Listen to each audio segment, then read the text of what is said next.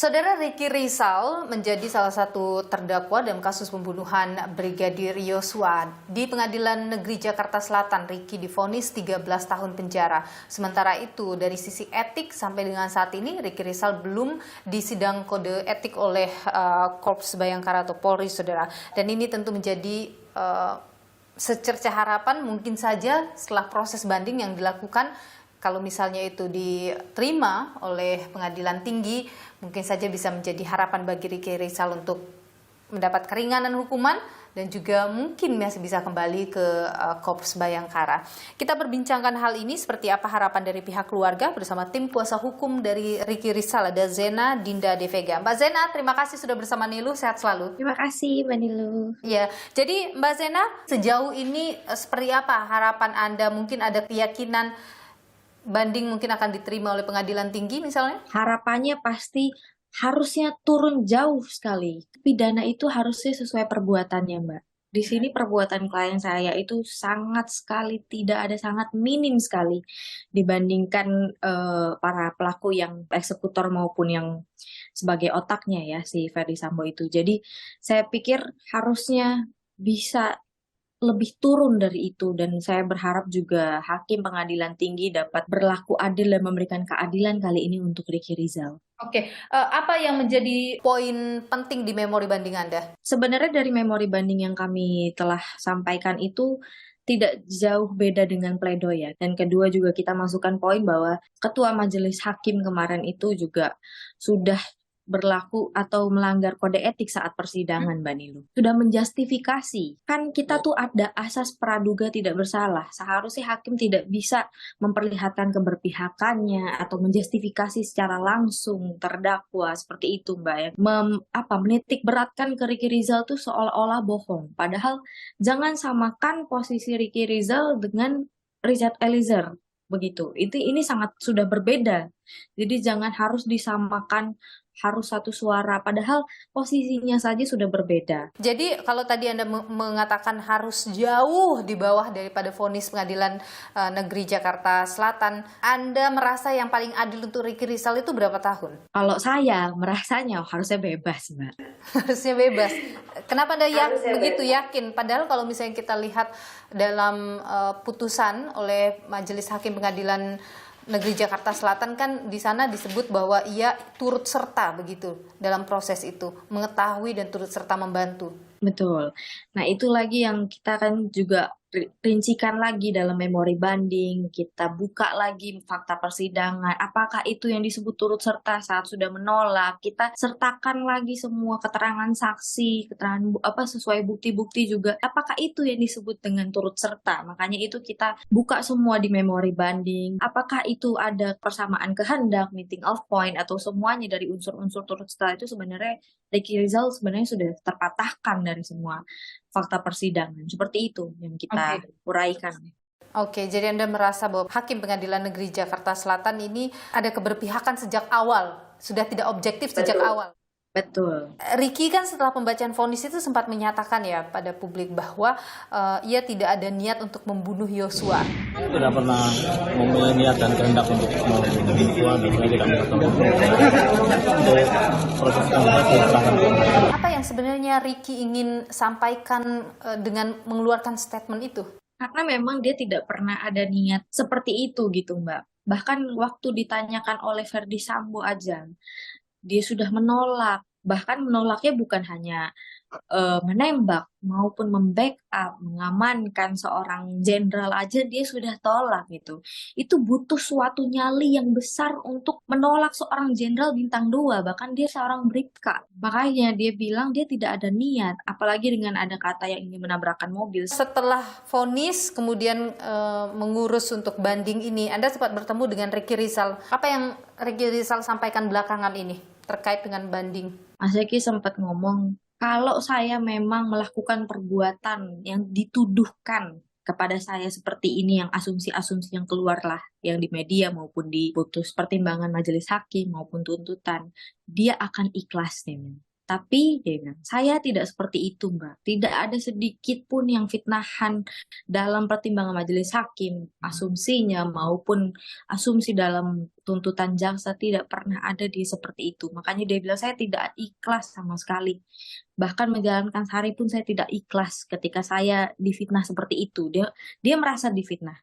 Dan tentunya harapannya di banding ini dia bisa mendapatkan keadilan. Makanya dia bilang saya terus berdoa, memohon, berharap kepada Hakim Pengadilan Tinggi DKI Jakarta untuk memberikan keadilan yang seadil-adilnya untuk Mas Ricky Rizal. Seperti Masih itu. ada harapan dari Ricky maupun keluarga untuk bisa kembali ke Korps Bayangkara? Belum di sidang etik juga sampai sekarang kan? Harapan Mas Ricky tentunya masih sebagai polisi gitu ya Mbak ya. Tidak di PTDH atau bagaimanapun nanti sidang kode etiknya.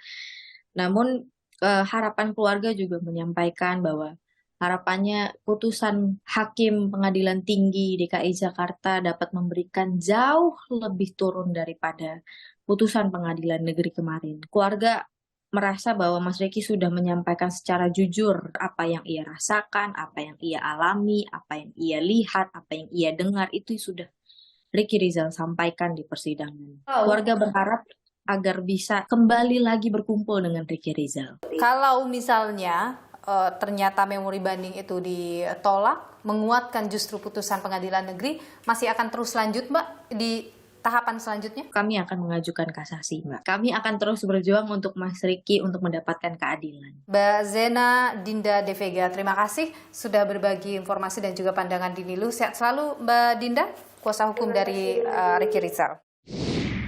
Saudara, keluarga Brigadir Yosua berkomitmen akan mengawal proses hukum Verdi Sambo dan juga istrinya Putri Chandrawati, terdakwa lain juga yakni Kuat Ma'ruf dan Ricky Rizal sampai putusan ini dinyatakan inkrah karena proses hukum lanjutan masih terus dilakukan oleh Verdi Sambo CS.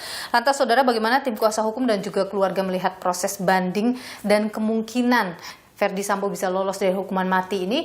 Kita tanyakan pada kuasa hukum keluarga Brigadir Yosua, ada Pak Yohanes Raharjo di sini. Pak Yohanes, terima kasih sudah bersama Nilu. Sehat selalu Pak. Terima kasih Nilu. Jadi Pak, kalau misalnya melihat apa yang proses saat ini berjalan, 2 hari lagi, tanggal 12 ini, untuk putusan bandingnya akan dibacakan oleh Hakim Pengadilan Tinggi Negeri. Sudah komunikasi dengan pihak keluarga seperti apa yang mereka harapkan? Tentunya dari pihak keluarga juga mengharapkan dan menginginkan paling tidak hakim tingkat kedua, hakim majelis banding akan menguatkan putusan Hakim Pengadilan Negeri Jakarta Selatan. Kalau menurut kami, Hakim Pengadilan Tinggi tentu akan menguatkan, menurut kami. Kenapa Anda yakin itu akan menguatkan? Karena begini, saya tidak melihat adanya kriteria syarat tadi, sehingga kami yakin majelis banding akan menguatkan. Tim majelis hakim Jakarta Selatan, dia sudah mempertimbangkan, merumuskan unsur-unsur tindak pidana secara sistematis,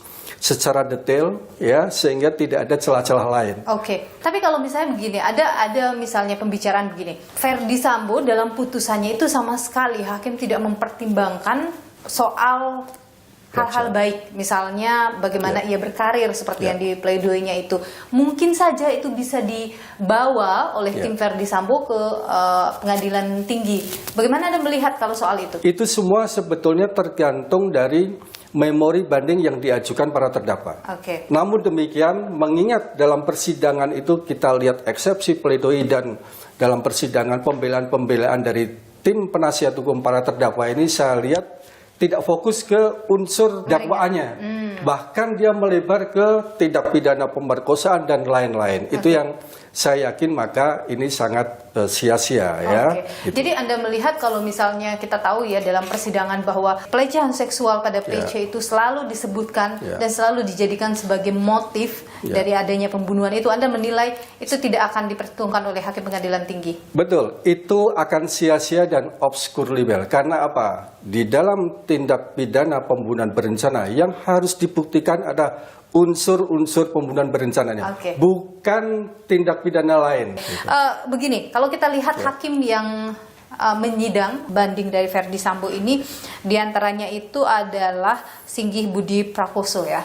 Dan kita tahu bersama bahwa dia ini memiliki rekam jejak salah satu hakim yang pernah memotong vonis terdakwa Joko Chandra dan juga Pinangki. Apakah Anda, mungkin pihak keluarga, ada kekhawatiran jangan-jangan Di sini ada pemotongan lagi. Kekhawatiran itu sebagai manusia pasti ada, ya. Mengingat bahwa di dalam proses banding ini kita tidak bisa melihat sejauh mana proses persidangannya, sejauh mana nanti putusannya. Putusan mendatang tanggal 12 April kami juga mendengar akan dibuka untuk umum. Ya, itu juga menarik. Sangat bagus.